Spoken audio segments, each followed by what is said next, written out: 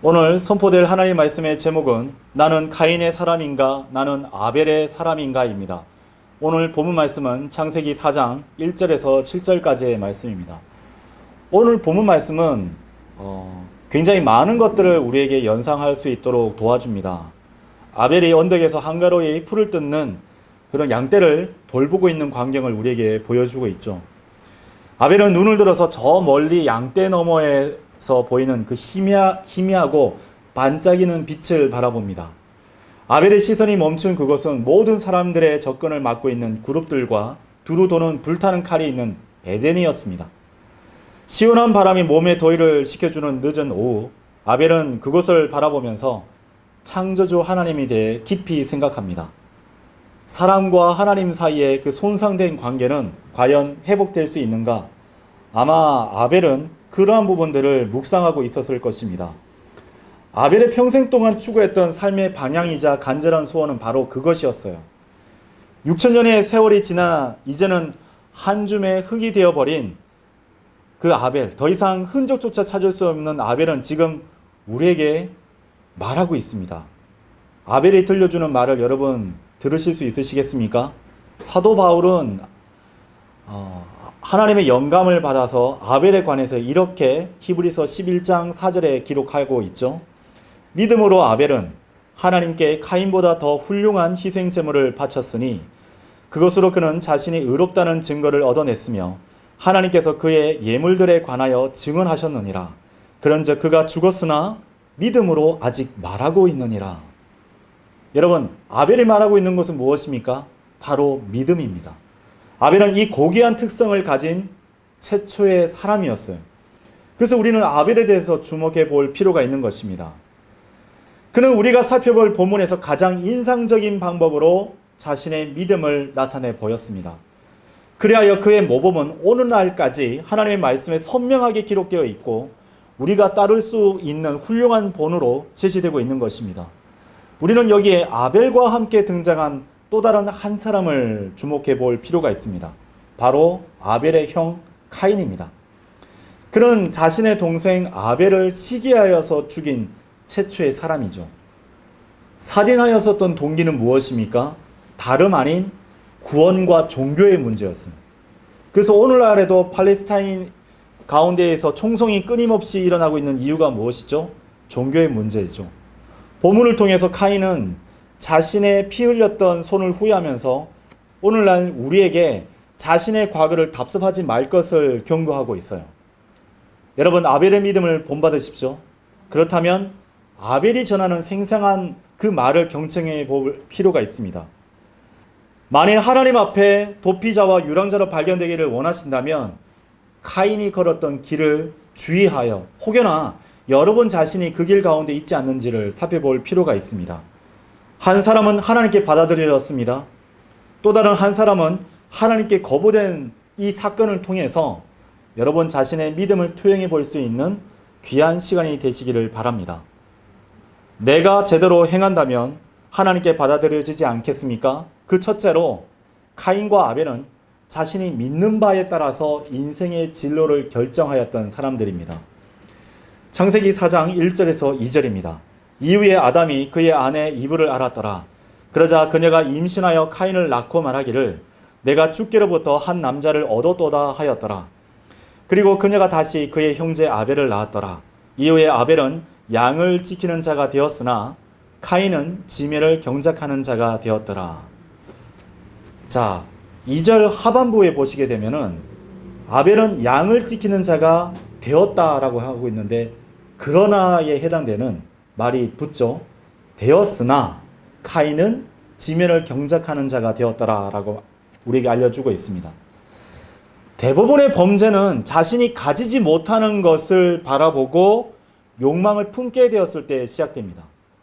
성도는 하나님께서 우리에게 베푸신 것들을 일일이 세어보면서 감사하는 것에 머물러 있어야 되는데도 불구하고 자신이 가지지 못한 땅의 것을 가지려는 욕망을 품게 되었을 때에 죄의 영역에 발을 딛게 됩니다. 아담과 이브는 자신의 욕망을 하나님보다 더 우선시한 이 결과 하나님의 형상과 영원한 생명을 잃어버리고 말았던 것이에요. 에덴의 동산에서 쫓겨나 그들에게 닥친 가장 큰 첫 번째 사건은 바로 출산의 고통으로 자식을 얻는 것이었어요. 어찌 보면 하나님, 영원하신 하나님과 영원한 생명을 얻게 되어서 많이 살았더라면 출산의 고통은 없었을 것입니다. 근데 하나님 말씀을 의도적으로 거부한 결과 가장 먼저 겪게 되었었던 것은 온몸이 찢어지는 고통, 그리고 사랑하는 아내가 울부짖는 비명소리를 듣게 되는 일이었죠. 이브가 아들을 낳았을 때 뱀으로 말미암아 저주받은 이 삶이 여자의 씨가 등장하여 회복되기를 원하는 간절함을 품고 있었을 것입니다. 어쩌면 여자, 곧 이브는 그런 자신의 씨를 통해서 그 모든 관계가 회복되어지기를, 에덴 동산에서 누렸었던 그 모든 복들을 다시 회복되기를 간절히 원했을 것이에요. 그래서 그녀가 내뱉었던 말은 무엇이었습니까? 내가 주께로부터 한 남자를 얻었다라는 기대에 찬 말을 하였던 것입니다. 가인을 낳은 사실 앞에 아담과 이브는 죄에 대한 회개와 하나님께서 주시는 회복에 대한 그런 기대가 있었을 것이에요. 그러나 성경은 그녀의 첫 아들이었던 카인이 여자의 씨가 아니고 악한 자로부터 나온 자로서 그의 생애와 모든 성품이 마지막 때에 등장하게 될 죄의 사랑과 정확하게 일치한다는 사실을 우리에게 알려주고 있습니다. 카인의 이름의 유래는 철로 된 창이라는 의미를 가지고 있어요. 여러분, 골리앗이 들었던 철창 기억하십니까? 또 우리의 구세주 예수 그리스도의 옆구리를 찔렀던 로마 군인의 손에 들렸던 철창, 성경에 언급되었었던 첫 번째로 언급되었던 이 철창에 대한 그 성경 해석의 근간이 된다는 사실은 변함이 없죠. 철창은 진화해서 오늘날 대량 살상할 수 있는 총으로 발전하게 되었습니다. 그리고 철은 늘 사탄이 사용하고 있는 부정적인 것과 깊은 연관을 띠고 성경에서 등장하는 것을 볼 수가 있습니다. 반면 카인의 동생인 아벨은 형에게만 쏠린 기대와 사랑을 열실히 드러내듯이 이름의 의미가 무엇이냐면 지나가는, 일시적인, 안개를 뜻하는 것임을 우리는 발견할 수 있죠. 그래서 아벨의 인생은 잠시 나타났다가 그 뒤에 사라져버리는 안개와 같은 우리의 모습을 대면하고 있는 것입니다. 아벨에 해당되는 히브리어 헤벨은 지키는 자 또는 먹이는 자와도 관련되어 있습니다. 그래서 그가 나중에 아버지의 양떼를 지키는 자요 양을 먹이는 자로 자신을 드린 것은 우연이라고 볼 수가 없는 것이죠. 그들의 아버지 아담은 이 두 아들에게 두 가지 것을 가르쳤어요. 첫째는 하나님께 무엇을 드려야만 기뻐 받으시는지와 가족을 부양하는 책임에 관한 것이었고, 두 번째는 하나님께서는 속지 않은 어린 양의 피만으로만 만나주시고 그 경배를 받아주신다는 사실이었어요. 이들의 아버지 아담은 아들들에게 자신이 하나님께 범죄하였다는 것이 어떤 결과를 초래하였고 관계 회복에 대해서 하나님의 계시가 무엇이었는지를 소상히 얘기해 주었을 것이 분명합니다. 창세기 3장 21절에서부터 4장에 이르기까지 희생제물로서 예수 그리스도를 예표하는 어린 양에 대해서 처음으로 언급되는 광경을 볼 수 있죠. 아담은 그날을 떠올려 볼 것이에요. 자신과 자신의 아내가 범죄하였던 그날 하나님께서 어린 양 한 마리를 숲속 가운데서 등장시키시고 그 점과 흠이 없었으나 주의 천사 앞에서 묵묵히 있었던 그 어린 양을 떠올렸을 것입니다. 원숭이 고개를 떨군 그 어린 양 앞에 주의 천사는 칼을 빼들고 내리칩니다. 그래서 하나님께서는 아담과 이브에게 친히 죽음이 무엇인지를 보여주었을 것이에요. 아담과 이브는 아마 충격에 빠졌을 것입니다. 그리고 그 어린 양, 죽음 당한 그 어린 양으로 통해서 가죽 옷을 입히시고 자신의 모든 벌거벗은 수치들을 가려주시는 것을 발견하였을 것입니다. 아담은 하나님께로부터 단절케 만든 죄를 용서받기 위해서는 죄인을 대신하여 생명의 피가 땅에 흘려져야만 하고, 하나님께서는 이것을 흠과 점도 없는 어린 양을 죽임으로써 그 길을 자신들에게 제시해 주셨다는 것을 깨닫고 자신의 아들들과 딸들에게 가르쳐 주었음이 분명했습니다. 어린 양이신 예수 그리스도에 대해서 성령님께서 성경에 기록해 놓으신 내용이 개인적인 희생 제물로부터 시작해서 인류 전체를 위한 희생 제물에 이르기까지, 그리고 종국으로는 천사들의 찬양을 받으시는 가운데 영광의 보좌에 앉아 계신 어린 양이 이르기까지 순차적으로 전개되고 있다는 사실을 여러분 발견해 보신 적이 있으십니까? 이러한 사실 앞에 우리는 성령님의 놀라운 계산들을 발견하게 됩니다. 자, 아벨은 자기 양떼와 첩배 새끼들 중에서 그것들의 살찐 것들 중에서 가져왔고 하나님께서 아벨과 그의 제물을 존중하셨다는 사실을 우리는 성경을 통해서 볼 수 있죠. 그것이 창세기 4장 3절에 기록되어 있습니다. 그리고 창세기 22장 8절에 이르러서는 어린 양에 대한 예언들이 다시 반복되어 있는데요. 바로 믿음의 조상 아브라함을 통해서 주신 계시가 바로 그것입니다.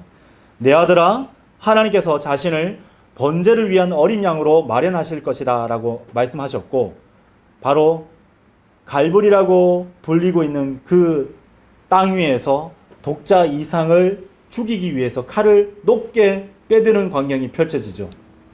바로 인류를 위해서 자신의 아들을 내어놓으신 아버지 하나님의 예표가 등장하는 광경입니다. 그리고 우리는 출애굽기 12장에 이르러서 우리는 또 죽임을 당하고 그 피가 취해지는 어린 양을 또한 발견하게 돼요.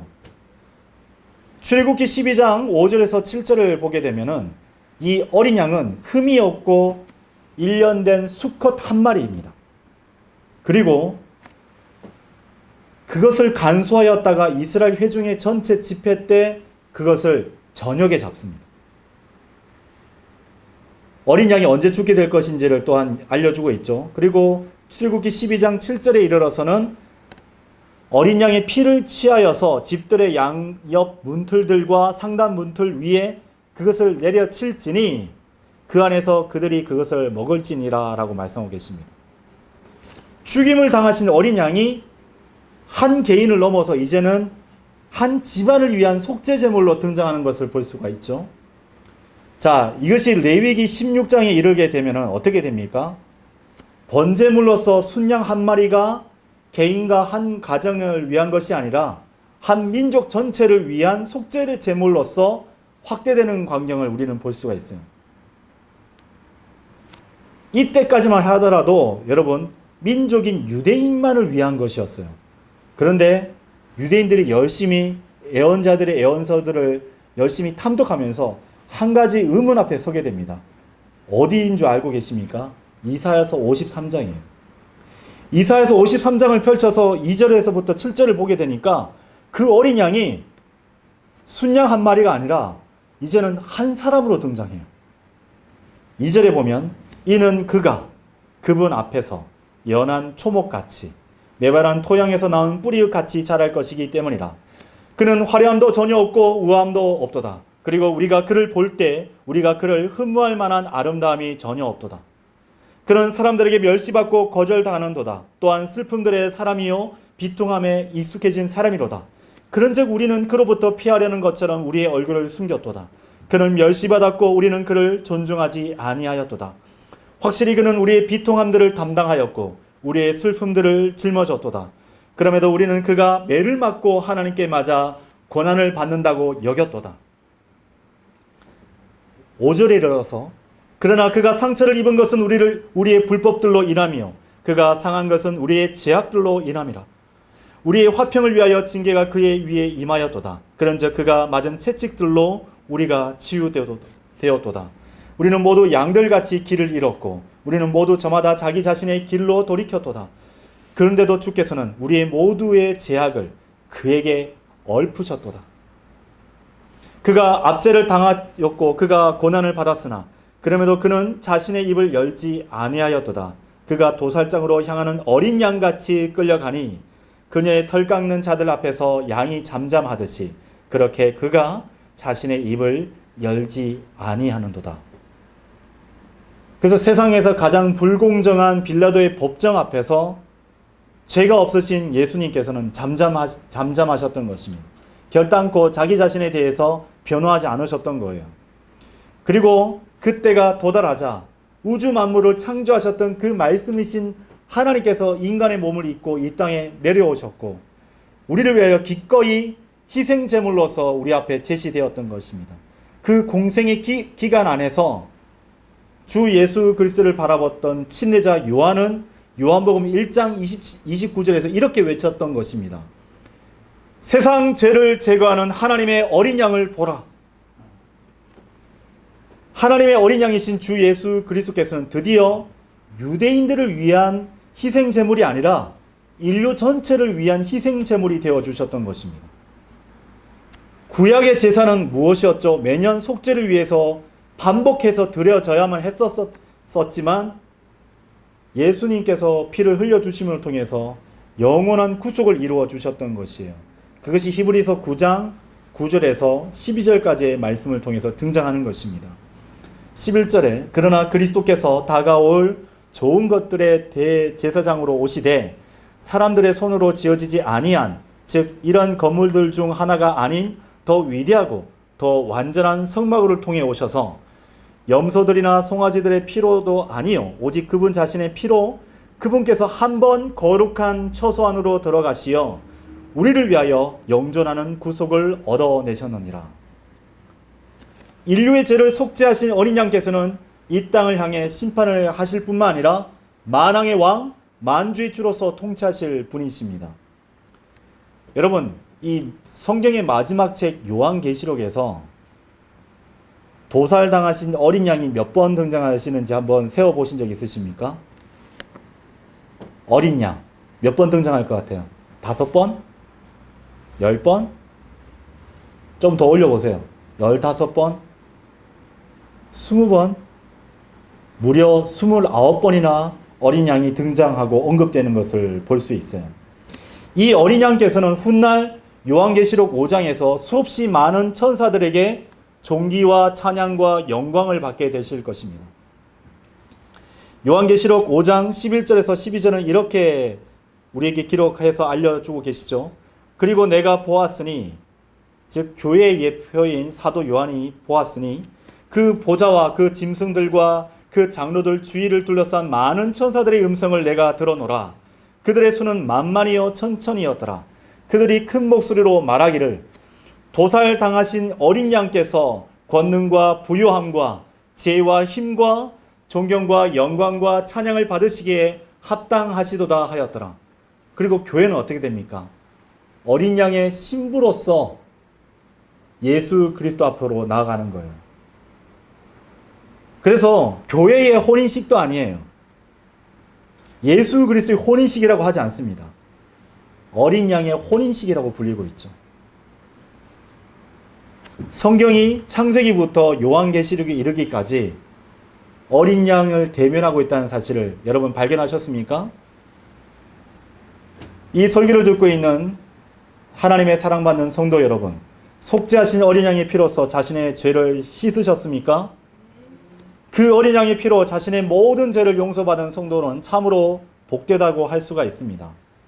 왜냐하면 어린 양이신 주 예수 그리스도께서 우리의 죄를 용서하시기 위해 흘리신 피는 바로 하나님 자신의 피였습니다. 주님은 죽음으로부터 부활하셨습니다. 주님께서는 한 번의 영원한 속죄제를 마치시고 지금 하나님의 보좌 오른편에 앉아 계신 분이십니다. 그리고 그 일을 모두 이루시고 곧 완성하시기 위해 어린 양이신 주 예수 그리스도께서는 우리에게 이렇게 말씀하고 계십니다. 내가 반드시 속히 오리라. 내가 반드시 속히 오리라. 우리는 다시 본문에 등장하고 있는 이 두 형제를 바라봐야 합니다. 하나님께서 직접 계시하셨고 이를 아버지 아담으로부터 동일한 하나님 말씀으로 훈육받았으며 하나님께서 받으시는 참된 경배가 무엇인지 몸소 실천하는 아버지의 모습을 바라보고 자란 두 형제는 자신의 생각과 바람이 달랐고 각자 다른 진로를 결정하였다는 것을 성경을 통해 우리에게 보여주고 있습니다. 우리는 동일한 하나님 말씀이 선포되는 자리에 함께 있으면서도 성도 각자는 말씀과 일치하지 않고 각자 다른 생각과 결론에 도달하는 것을 보게 됩니다. 카인은 아버지가 경작한 신선한 과일과 채소로 가득 찬 그 땅을 바라봤습니다. 아벨은 아버지가 돌보고 있는 양들을 바라보면서 동시에 하나님을 봤던 것이죠. 두 사람의 진로는 어떻게 되었습니까? 카인은 먹고 마시는 일을 가장 중요하다고 생각하여서 비록 저주받은 땅이긴 하지만 부귀와 명예를 얻을 수 있는 농부가 되기로 결심합니다. 아벨은 하나님과의 관계를 회복하는데 모든 것을 집약하였고, 그것이 매우 중요하다는 그 아버지의 가르침대로 아버지의 양떼를 먹이고 지키는 목동을 선택하였죠. 그런 아벨의 결정은 아버지 아담의 마음을 매우 기쁘게 하였을 것입니다. 그러하기에 여러분 각자는 하나님께 온전히 드려져야만 합니다. 고린도전서 6장 20절에 따르면 이는 너희가 값을 치르고 선바가 되었기 때문이라. 그러므로 너희의 몸과 너희의 영 안에서 하나님께 영광을 돌리라. 그것들은 하나님의 것이라. 우리 각자는 우리 자신의 것이 아니에요. 하나님의 것입니다. 여러분이 아침을 시작하게 되었을 때 여러분은 이렇게 얘기해야 됩니다. 나는 하나님의 것이라. 오늘도 하나님의 영광을 위해서 주님 살아갈 수 있도록 제 생애를 인도하여 주옵소서. 잠언 3장 6절에 따르면 너의 모든 길들 가운데서 그분을 인정하라. 그리하면 그분께서 너의 행로들을 인도하시리라. 우리는 한 치 앞도 예측할 수 없는 삶을 살고 있죠. 5분 뒤에 무슨 일이 닥칠지 누가 알 수 있겠습니까? 길을 걸어가고 있는데 어떤 미친 사람이 흉기를 휘두를지, 갑자기 급발진이라고 속였던 사람이 도로 위에, 인도 위에 닥칠지 누가 그걸 예측할 수 있겠어요? 그러한 일이 안타깝게도 하나님의 사랑받는 성도들에게도 닥칠 수 있는 일임을 여러분 자각하셔야 됩니다. 그러하기에 우리에게 주어진 1분 1초는 매우 귀중한 거예요. 믿음에서 나지 않는 것은 모든 것이 죄이기에 우리 모두 각자가 생각하고 판단하고 결정하고 행하는 모든 것들이 믿음, 곧 하나님 말씀에 기인한 것들인지를 살펴볼 필요가 있는 것입니다. 우리가 말씀 앞에 접하게 되면은 우리는 이렇게 기도해야 됩니다.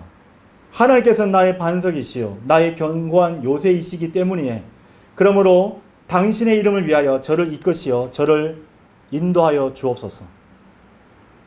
막상 본인의 진로와 인생의 문제를 결정하는 길목 앞에 서게 되면 그러면 그 성도들은 자신 안에 어떠한 가치관과 시선을 오랫동안 두고 살았는지를 스스로 드러내게 됩니다. 아브라함에게 있어서는 롯이 그러했고 사도 바울에게서는 데마가 그러했죠. 창세기 13장 10절에서 11절의 말씀에 보면 바로 아브라함 앞에 롯이 그러한 결정을 내렸던 것을 우리에게 보여주고 있습니다. 그리하여 롯이 자신의 두 눈을 들어 올려 여로단의 온 평야를 바라보았더니 곳곳마다 물이 넉넉히 되어졌더라. 주께서 소돔과 고모라를 멸하시기 전이었기에 마치 주의 동산 같았고 내가 조알에 갈 때 만나는 이집트 지역 같았더라. 그때 롯이 자신을 위하여 요르단의 온 평야를 선택하였더라. 그리하여 롯이 동쪽으로 여정을 떠났으며 그들이 서로 상대방에게서 스스로 분리하였더라. 지역교회 내에서 성경대로 믿고 실행하는 것을 가르치게 되면 육신적인 성도는 귀와 마음을 닫습니다. 강단에서 복음을 위해서 진리를 위해서 사는 것이 가장 가치 있는 인생임을 얘기하게 되었을 때에 육신의 욕망을 추구하고 있는 그 성도들은 귀와 마음을 닫을 뿐만 아니라 그 강단에서 선포되는 그 설교자를 향해서 쓴뿌리를 가지게 됩니다. 그러면 결국 어떻게 되느냐? 성경대로 믿고 실행하는 교회를 떠나버리게 되는 것이죠. 그 광경을 우리는 창세기 13장 10절에서 11절에서 발견하게 되는 것입니다. 소돔과 고모라가 될 수밖에 없던 그 땅을 롯은 바라봤던 거예요.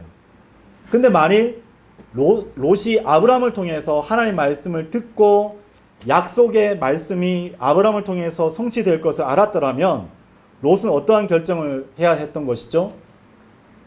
아브라함을 떠나서 소돔과 고모라가 될 그 땅으로 가지 아니해야 했던 것입니다. 함께 해야 했던 것이죠. 대만은 초창기 지역교회의 든든한 일꾼이야 사역자였어요. 사도 바울에게 필요했었던 그런 동역자였습니다. 그러나 나중에는 주님보다 이 세상을 사랑하여서 떠나버렸습니다. 그러한 대명사로 신약 성경에서 대마가 등장하는 것을 볼 수 있어요. 여러분도 이 세상을 사랑하면 마음이 부패하고 진리를 상실하여 믿음에 관해서는 버림받은 자들로 발견된다고 된다는 사실 앞에 여러분 엄숙하게 서야 합니다. 하나님께서는 우리가 주님과의 관계보다 또 그 교제보다 세상을 사랑하여서 결정하는 일에 대해서 큰 실망과 아픔을 가지고 계십니다. 이런 대부분의 결정들은 짧은 시간에 이루어지는 게 아니에요, 여러분.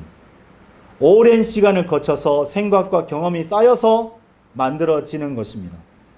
그래서 믿음에서 기인한 것이 아니라면 지금 여러분은 하나님과의 교제가 단절되었기 때문에 하나님께서 그런 부분들을 깨달아 알 수 있도록 역사에 줌에도 불구하고 양심이 이미 병들어 있어서 그것을 깨달아 알 수 없게 되는 것이죠. 여러분, 하나님 앞에 근심을 안겨드리는 성도로서 발견되는 것이 아니라 아벨처럼 온전한 것에 머물러서 하나님의 기쁨이 되는 성도로서 발견되시길 바랍니다. 나는 카인의 사람인가, 나는 아벨의 사람인가. 그 두 번째로 카인과 아벨은 자신이 믿는 바에 따라서 하나님께 경배를 드렸습니다. 창세기 4장 3절에서 5절 말씀을 보십시오.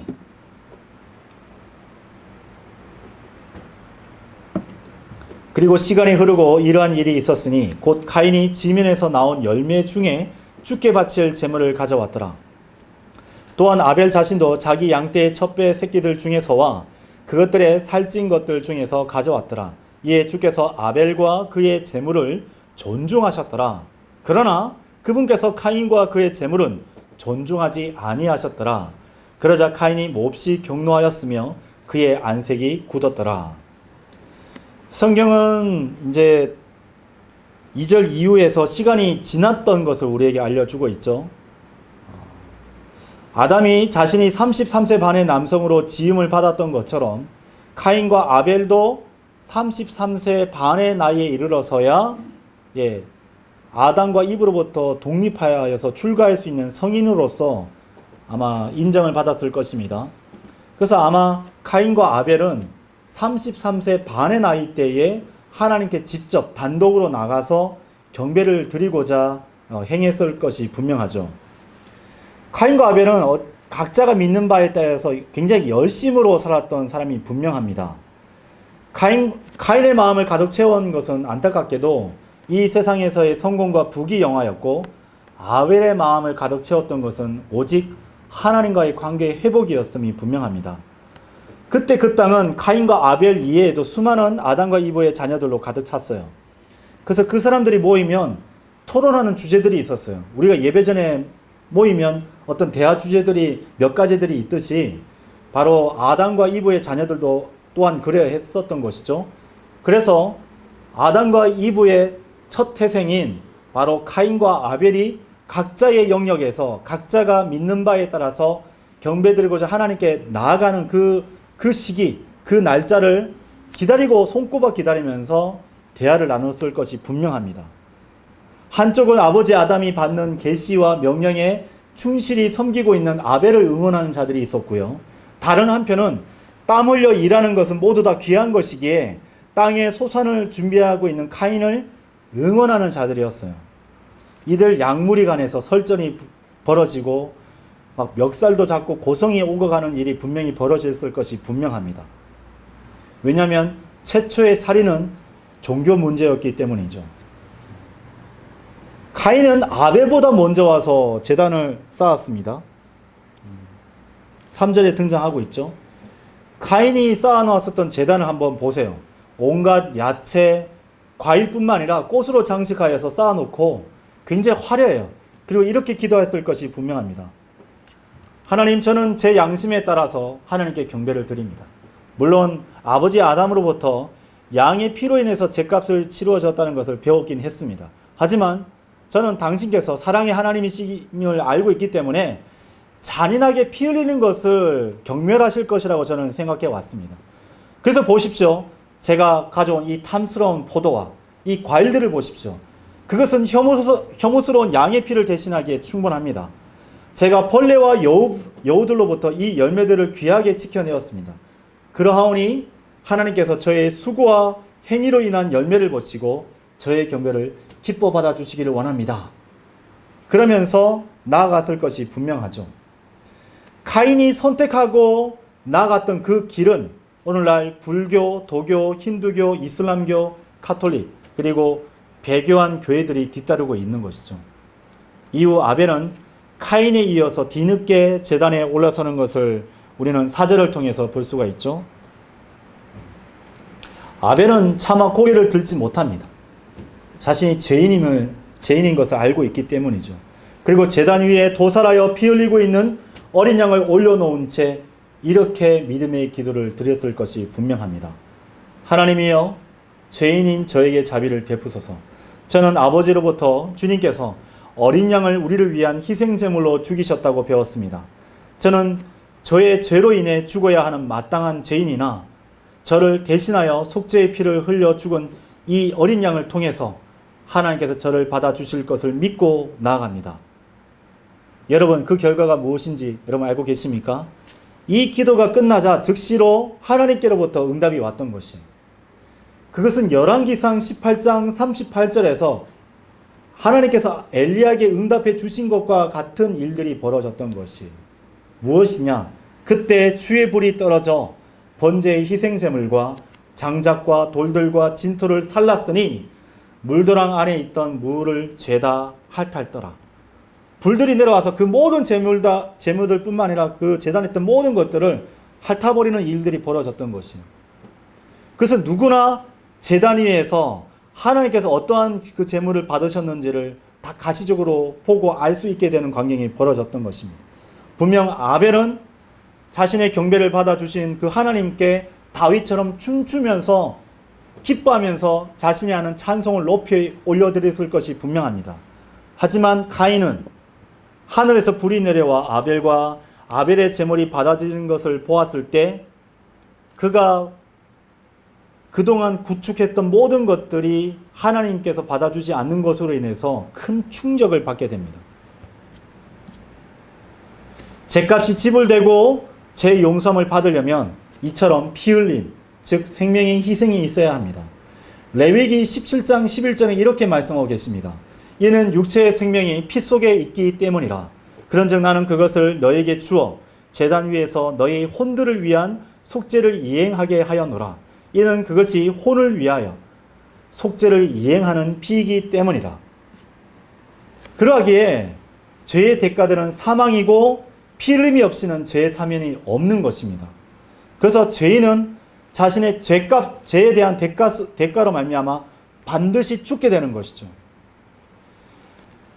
죄인은 자신에게 내려진 사형 선고를 피하기 위해서 하나님께서 마련해 놓으신 어린 양의 피를 가지고 나아가야 합니다.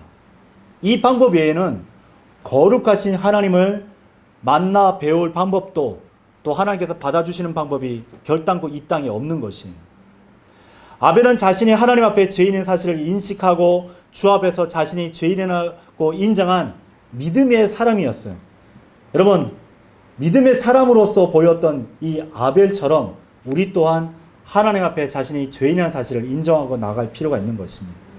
그리고 여러분의 손에 어린 양의 피를 가지고 나아가야 될 필요가 있는 것이죠. 그러하기에 하나님께서는 아담의 경배를 기뻐 받아 주셨던 것입니다. 이에 대해서 요한복음 4장 23절에서 24절은 이렇게 우리에게 말씀하고 계시는 것입니다. 그러나 참된 경배자들이 영과 진리 안에서 아버지께 경배할 때인 그 시각이 오나니 곧 지금이라. 이는 아버지께서 자신에게 경배하는 그러한 자들을 찾으시기 때문이라. 하나님께서는 한 영이시니 그분께 경배하는 자들은 반드시 영과 진리 안에서 그분께 경배해야 하느니라. 영과 진리 안에서 드리는 올바른 경배는 믿고 구원받은 성도들이 하나님께 진리 안에서 머물 때에만 가능한 일이죠. 영과 진리 안에서. 이 영이 무엇입니까? 거듭난 성도여야 되는 것이에요. 영이 죽었다가 다시 태어난 성도만이 하나님께 나아갈 수 있는 경배자의 자격을 취득한 것입니다. 여기에 필연적으로 반드시 따라와야 될 것이 있습니다. 그것은 무엇이냐? 진리 안에서 행하는 성도들의 경배를 하나님께서 받아주신다는 거예요. 그 성도가 진리 안에서 살아가고 행하는 것으로 아버지 하나님께서 경배를 받으신다고 성경은 기록해 놓고 있기 때문이죠. 우리가 하나님을 온전히 두려워하고 사랑하고 또 기뻐하는 가운데 나아가게 되었을 때, 그리고 엎드리고 굴복하게 되었을 때에 하나님께서는 우리의 경배를 기뻐 받아주시는 것입니다. 바로 하나님께서 아벨을 받아주시는 것이 바로 이 진리에 대한 믿음 때문이었어요. 그래서 히브리서 11장 6절은 이렇게 외치고 있는 것입니다. 반면에 믿음 없이는 하나님을 기쁘게 해드리는 것이 불가능하니라. 이는 하나님께로 오는 자는 그분께서 존재하신다는 것과 그분께서 자신을 부지런히 찾는 자들에게 보상하시는 분이심을 반드시 믿어야만 하기 때문이라고 말씀하고 계시는 것입니다. 믿음이란 무엇입니까? 어떤 일을 사람 자신의 생각이나 뜻에 따라 행하지 않고 기록된 하나님의 말씀과 뜻대로 행하는 것을 말합니다. 눈에 보이는 대로 세상의 상식대로 사물을 대하고 거기에 따라 행동하는 것은 결단코 믿음이 아닙니다. 믿음은 현재 나의 생각, 현재 나의 형편과는 관계없이 오직 하나님이 말씀하신 대로 사물을 보고 그런 원리에 따라 실천하게 될 때에 내 안에 형성되어지는 것이에요. 갑자기 도깨비 방망이를 휘둘렀더니 뿅 하게 나타나는 것이 아니라 축적되는 것이, 형성되는 것이, 믿음이 형성되어야 됩니다. 그러려면 선포되는 하나님의 말씀, 내가 꾸준히 정기적으로 있는 하나님의 기록된 말씀, 성도를 통해서 투영해 볼 수 있는 성취되어 있는 그 하나님의 말씀을 통해서 나 자신의 그 믿음을 혼합해서 섞어서 형성되어야 돼요. 결합시킬 필요가 있는 것입니다. 먼지가 발생됩니다. 그렇죠? 오랜 동안. 그러면 청소를 해야 되잖아요. 청소를 하면 어땠습니까? 거기에 손가락을 쓱 훑어가지고 한번 올려보십시오. 무엇이 묻어나나요? 먼지가 발견될 것이에요. 그렇죠? 믿음은 이처럼 눈에 보이진 않아요. 그러나 시간이 지나면 쌓여 시간과 노력이 하나님 말씀과 결합하여서 형성되어 나가듯이 믿음은 우리 안에서 그렇게 형성되어져 나가야 되는 것입니다. 그런데 우리는 성경을 볼 때에 가인은 이 믿음을 소유하지 못했어요. 아버지 아브라함이 어린 양의 피로 통해서 하나님께 나아가는 것을 직접 눈에 보고서도 다른 마음, 딴 마음을 품고 있었기 때문입니다. 아버지 아담과 드리는 경배를 형식적으로 참석하였고 그 말씀을 들어도 믿지 않았기 때문입니다. 그래서 수많은 사람들이 성경대로 믿고 실행하는 교회를 떠나는 것이죠. 믿음에서 실족하고 백슬라이딩해서 믿음의 본질을 상실하게 되는 것을 우리는 보게 됩니다. 가인의 가장 큰 문제는 무엇이냐? 하나님과의 관계 회복과 그 목적에 합당한 제물과 방법이 무엇이었는지 일찍이 알고 있었음에도 불구하고 그대로 행하지 않았다는 것이 고의적으로 거부해버렸기 때문입니다. 가인은 자신이 거부하고 버렸던 진리가 아벨을 통해서 성취가 되자 안색이 변하고 격노하였던 것이에요. 그러한 성도들이 너무나 많습니다. 선포되는 하나님의 말씀을 듣고도 안색이 변하고 화를 내는 성도들이 너무나 많습니다. 세상의 거짓 종교와 사탄의 성경을 들고 하나님을 믿노라고 자랑하는 교회들이 참된 경배로 나아가는 것이 무엇인지를 일찍이 알려주는 바이블 빌리버들을 보고 어떻게 반응을 보입니까? 몹시 격노하고 안색이 굳어지는 것을 보게 되죠. 자신들은 복음을 전하지는 못하는데 바이블 빌리버가 거리에 나와서 복음을 외치고 제대로 된 성경적인 복음이 기록된 복음 전도지를 나눠주는 것을 보게 됐을 때에 그 마귀의 교리와 그 복음을 전하지 못하는 그 배교한 교회를 추종하고 있는 성도들의 반응은 무엇이죠? 몹시 격노하고 안색이 변하는 것을 보게 됩니다. 강단에서 하나님의 말씀으로 자신이 갖고 있던 아집, 고집, 비성경적인 모든 논리들, 그 모든 것을 깨부수고 찌르고 파괴시키면 하나님께 감사함으로 나아가고 기쁨의 눈물을 흘려야 되는 것이 마땅한데도 불구하고 자신의 그 마음이 깨어지고 부서진 것 때문에 격노한 그 성도들은 안색이 변하고 그 말씀을 선포한 설교자에게 쓴뿌리를 가지게 되는 것을 보게 됩니다. 지극히 육신적이고 자신을 드러내는 것을 기뻐하는 관능적인 성도들이 아벨과 같은 믿음을 소유한 지역교회 목회자나 성도들 간의 교제 가운데서도 그러한 부분들을 표출하는 것을 우리는 발견할 수 있게 돼요. 그렇게 되면 어떻게 됩니까? 친밀하였던 관계는 가장 괴로운 관계가 되어버립니다. 어느새 불평과 불만만이 마음속을 가득 채우게 되고 나중에 어떻게 되느냐? 소란과 분열과 분쟁만을 일으키게 되는 것을 볼 수 있어요. 성경에서 이것을 쓴뿌리라고 말씀하고 계시는 것을 볼 수 있습니다. 여러분, 히브리서 12장 15절을 보십시오. 히브리서 12장 15절입니다.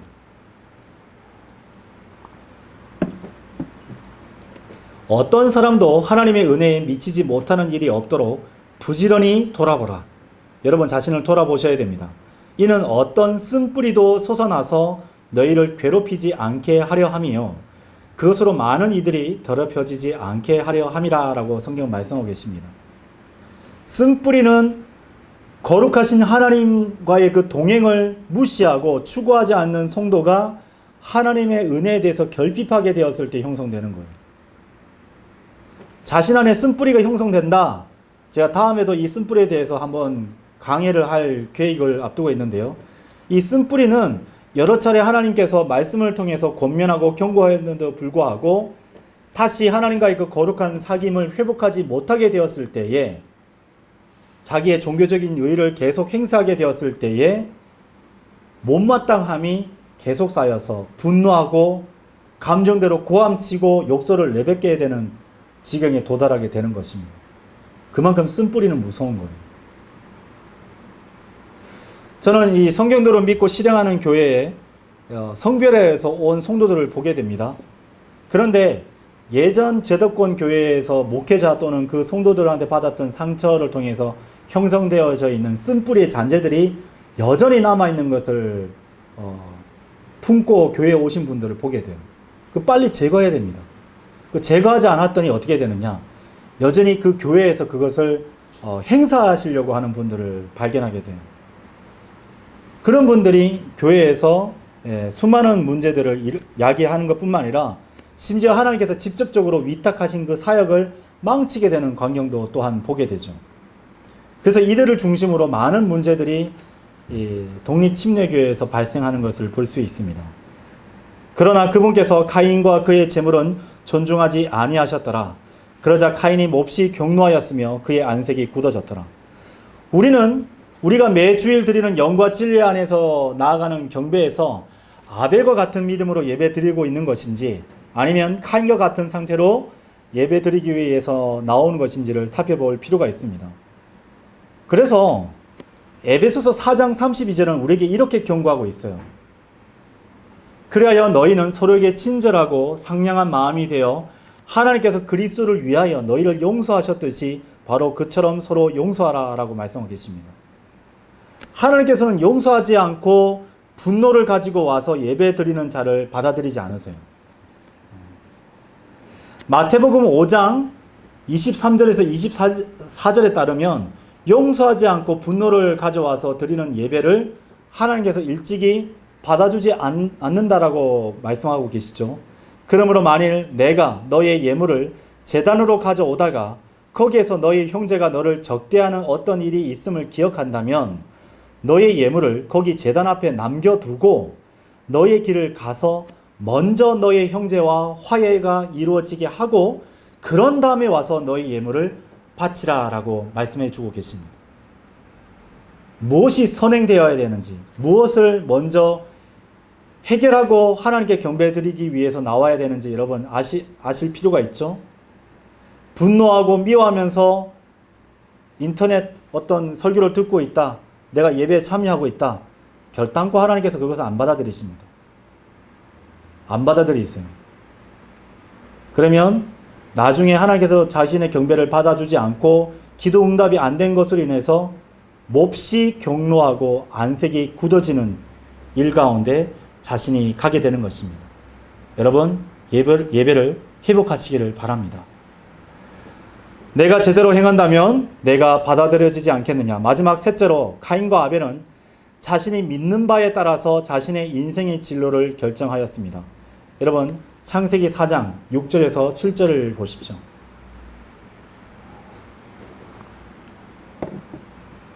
이에 주께서 카인에게 이같이 말씀하셨느니라. 어찌하여 내가 경노하며 어찌하여 너의 안색이 굳어지느냐. 만일 내가 제대로 행한다면 내가 받아들여지지 않겠느냐.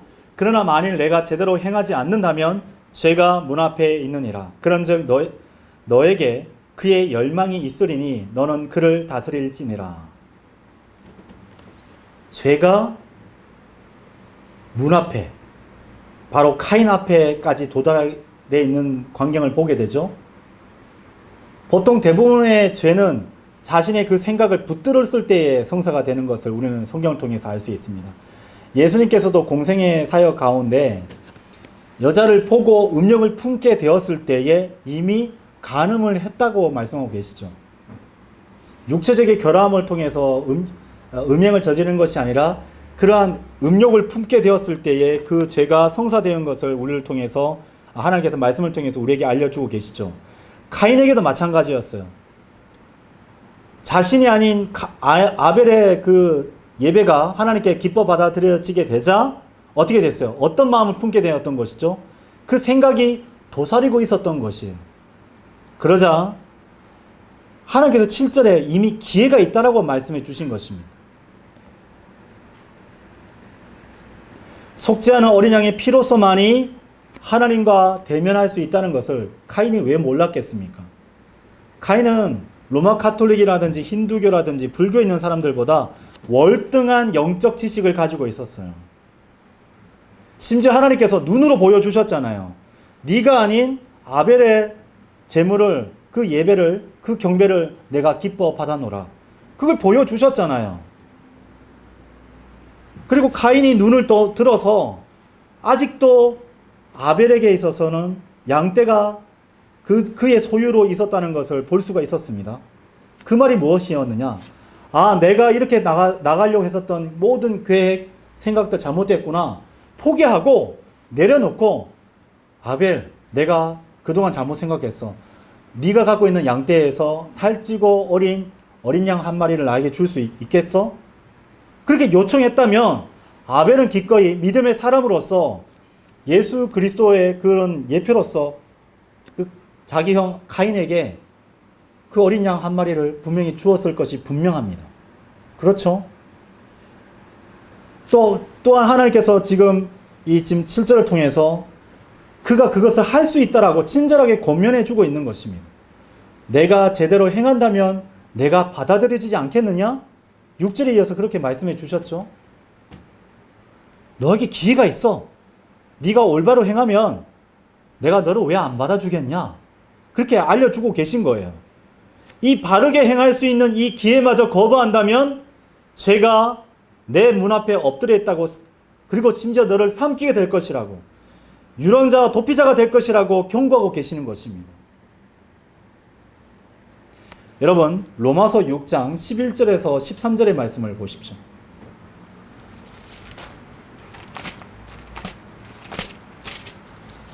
로마서 6장 11절에서 13절입니다. 마찬가지로 너희도 너희 자신을 정녕 죄에게는 죽은 자로 간주하되 우리 주이신 예수 그리스도를 통하여 하나님께는 산 자로 간주하라. 그러므로 죄가 너희의 죽을 수밖에 없는 몸 안에서 군림하지 못하게 하라. 이는 너희로 하여금 그 몸의 정욕들 안에서 죄에게 순종하지 않게 하려 함이라. 여러분, 이 구원파에 있는 일련의 사람들이 너무나 안타까운 게 뭐냐면은 과거, 현재, 미래의 모든 죄가 용서되었지만 아직 우리의 이 삼중적인 존재인 우리 안에서 영은 거듭났죠. 혼은 구속받았지만 우리 죄의 몸은 아직 구속받지 못했잖아요.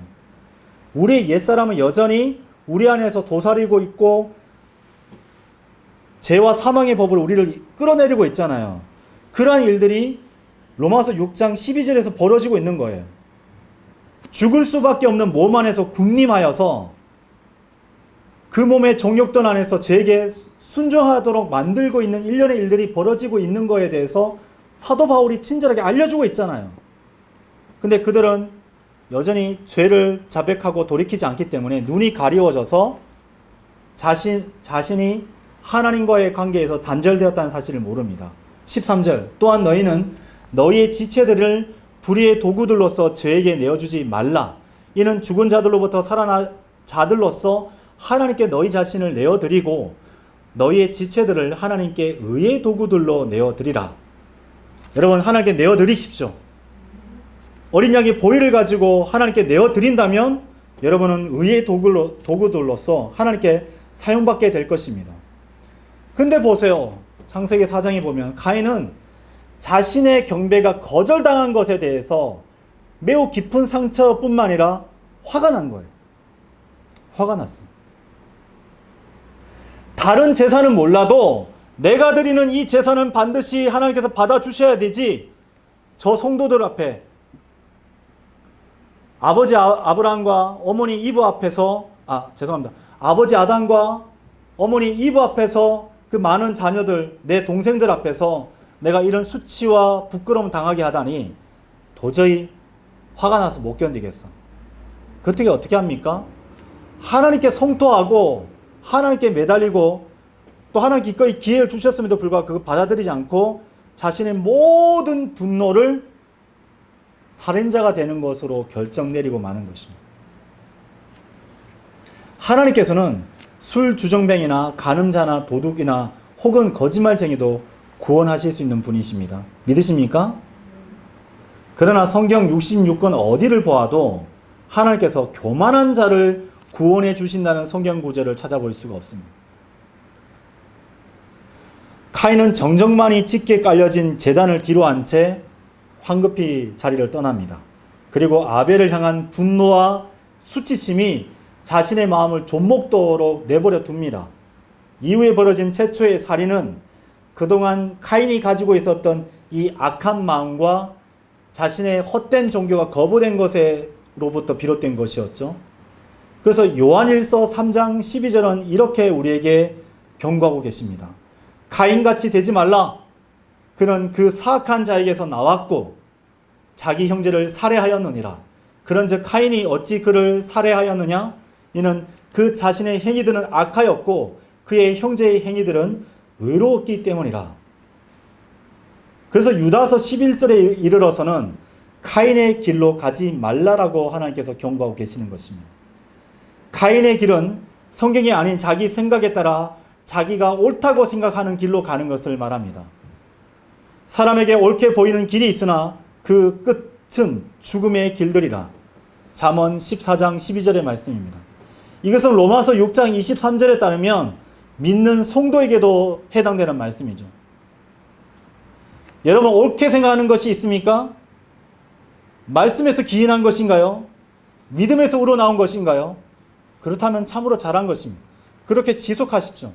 그러나 믿음에서 나지 않는 모든 것은 죄라고 말씀하신 하나님 말씀 앞에 여러분의 모든 결정, 모든 판단, 그리고 모든 행위들이, 모든 발언들이 하나님 말씀으로 입증되지 않는다면 여러분 죄 가운데 있는 것입니다. 인간적인 생각에서 나온 종교나 그 추종자를 따르고 행하는 사람들은 오늘날 카인의 길을 따라 하나님께 나오려고 하는 사람들과 같습니다. 하나님께서 포기하라고 말한 자신의 의를 끝까지 손에서 놓지 않은 채 고집을 부리는 자는 카인의 길을 걷는 사람, 곧 카인의 사람입니다. 하나님께서는 우리의 문제에 대해서 동일한 해답을 가지시고 오늘날 이 시간 지속적으로 말씀하고 계십니다. 내가 제대로 행한다면 내게 받아들여지지 않겠느냐? 저는 이 설교를 듣는 여러분에게 마지막 이 예화를 들려드리고 싶습니다. 2012년 11월 전 세계에 걸출한 무용수들을 걸러내어 전술의 무용수라 불리는 러시아의 미하일 바르시니코프가 한국에 방문하였을 때 공항에 막 기자들이 물밀듯이 막 프레시를 터뜨리면서 마이크를 들이대고 이렇게 질문했습니다. 세계 최고의 무용수를 길러낸 비결이 무엇입니까? 라고 얘기했어요. 그때 이 미하일이 손살에 치면서 이렇게 얘기했어요. 세계 최고의 무용수들을 길러낸 것은 제가 아닙니다. 이 대답에 의아해하는 기자들이 미하일 바르시니코프는 조용하고도 단호하고 그리고 짧게 이렇게 대답했어요. 그들이 세계적인 실력을 갖게 한 것은 바로 거울이었습니다. 그리고 그는 이렇게 얘기했어요.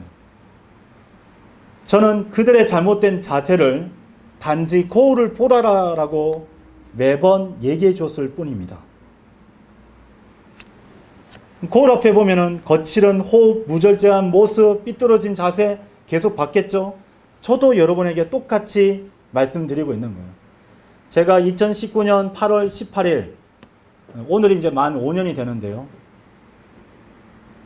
저는 설교에 대해서 어떻게 생각하냐라고 물었던 그 성도에 대한 질문에 대해서 이렇게 답변했습니다.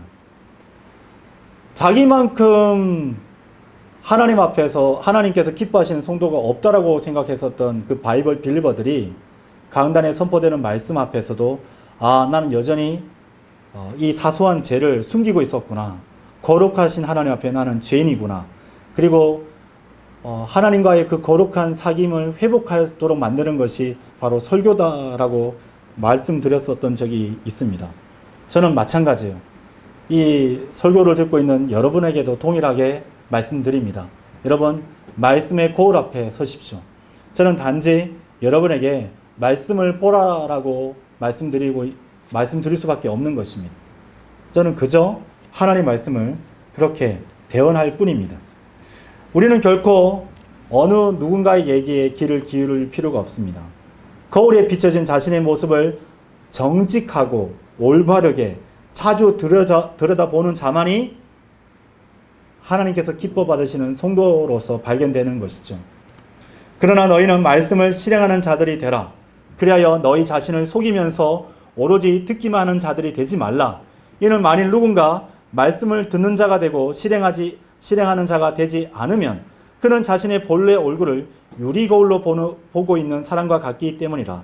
이는 그가 자신을 보고는 자기 길을 가서 즉각 그가 어떤 부류의 사람이었는지 잊어버렸기 때문이라. 그러나 누구든지 자신의 완전한 법을 들여다보고 그 안에 계속 있으면 그는 듣고 잊어버리는 자가 아니요 오히려 그 일을 실행하는 자니 이 사람은 자신의 행실로 복을 받으리라.